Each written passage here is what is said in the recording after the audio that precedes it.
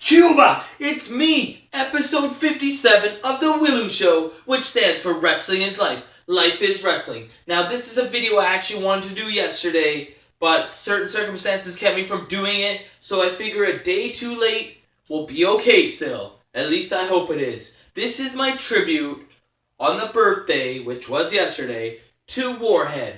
Now, I've known Warhed for like 15 years. The first time I ever met him was at a W.I.L.L.I.W show. Wild Thing W.I.L.L.I.W. And we wrestled in like the second show I ever was on with him in like a triple threat match. And there was like no hardcore involved. It was me, him, and Agent Orange. I believe this match is on YouTube too. And like I got along with him great, and we found we had a lot in common, and we enjoyed each other's company. And since that day, I've always been friends with him. I've never had problems with him. I always respected him. The thing I respect the most of him is he always did things his way. He didn't change no matter what people said about him or if they said good things or bad things. He just stuck true to himself, and you have to admire that. And he was always really creative. And then I remember in like 2004 or 5 or so, maybe 2006, my sister moved out here, and she came to a PWA show.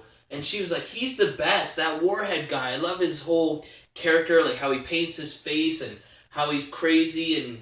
And I guess she talked to him a little bit, and he was like really nice to her. So I was like, yeah, you should hang out with him. He's a nice guy. And they did hang out, I think, at least once. And they were friends. Like, nothing more came of it. But, like, that's how much respect I had for him, that I would, like, allow my sister to date. I wouldn't do that for any of the other wrestlers. Now, one thing he always did back then that no one else really did at that time is he always got some of his friends or fans or whoever, he taped every single match he ever had.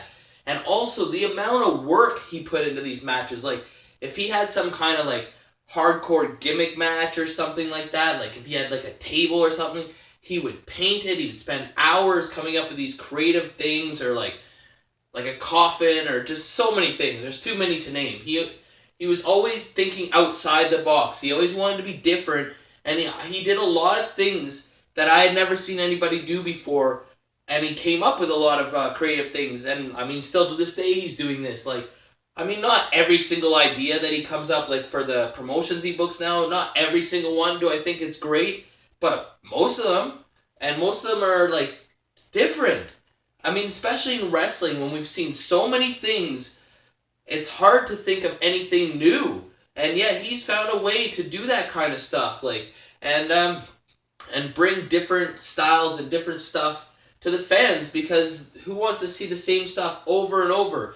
Now, like, we both used to do the Element shows, and we both had like a lot in common, that we would do everything it took to put PWA on the map, to put like Elements as a place to be and like make it something special. And we both took a lot of crazy moves and did a lot of crazy matches, but we were always different. Like, he used to have a lot more weapons, and I used to like be, man, like, I'm so in awe of you, and like some of those things you do are so crazy. I would be scared to do that. And he's like, well, some of the stuff you did, I'd be scared. And like, that always meant a lot to me when he said these things to me, because like I was just like, man, I'll never be as crazy as this guy. And I know it seems like a silly thing to like argue, or not argue, we never argued, but I mean, like, to say, oh, I wish I was as crazy as him. Like, why would you want to be crazy like someone? But back when you're young and full of like fighting spirit, and you just have like so much ambition, that's kind of like how we thought. I don't know about him now, like, he seems like he's changed as well, but like,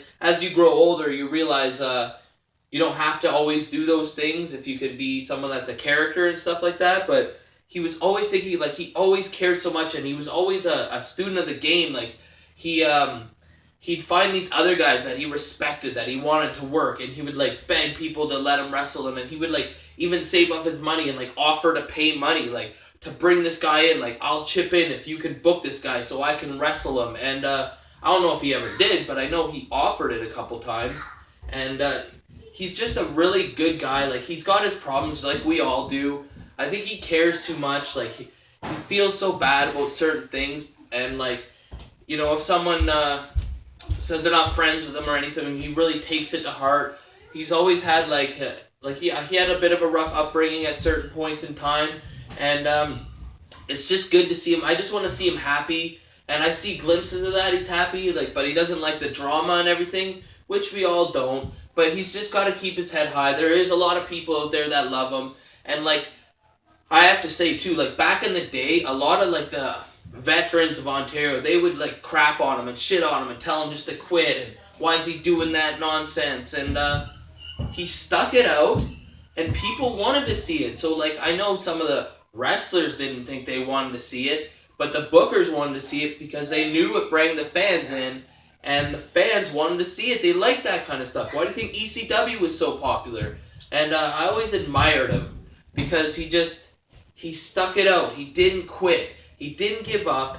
We've always been close. We've done so many of the same shows together. I think we've only worked each other 2 or 3 times. I remember that one with Agent Orange, and I remember wrestling him in Bingaman's in front of like Gordo, Tammy, and like 6 other fans. But I love that match because he was like so willing.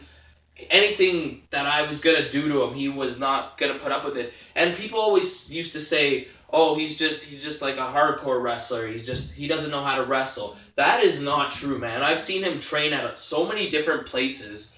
He really does. He just knows what the fans want out of him. But he actually is like a really good wrestler. When I first met him, he was like very good. Like he had some crazy suplexes he could do fast. Like, and he was a bit chubbier back then too. Like this is 15 years ago. But he moved really quick, and he could like bump really good on do like rope spots and stuff really good. And I know he still can. I'm just saying like people like to pigeonhole him into this one category, but that's not him at all. He's actually a well-rounded wrestler. He just knows what people want to see, so he's obviously gonna give it to him. I really hope you had the best birthday, man. You know I got the cameraman, so I can't go and do that stuff, but I would love to. I'd love to hang out with you again sometime. And I find like whenever we speak, sometimes it's been a couple times or months where we haven't spoke, but every time we do, it's like all love, and I always will feel like that about him. And like for him or anybody else, I feel he's the same. Maybe he's not, but I feel like doesn't matter what other people say about people. You judge someone based on how they are to you, and he's always been a class act in my book. Warhed, I love you, man.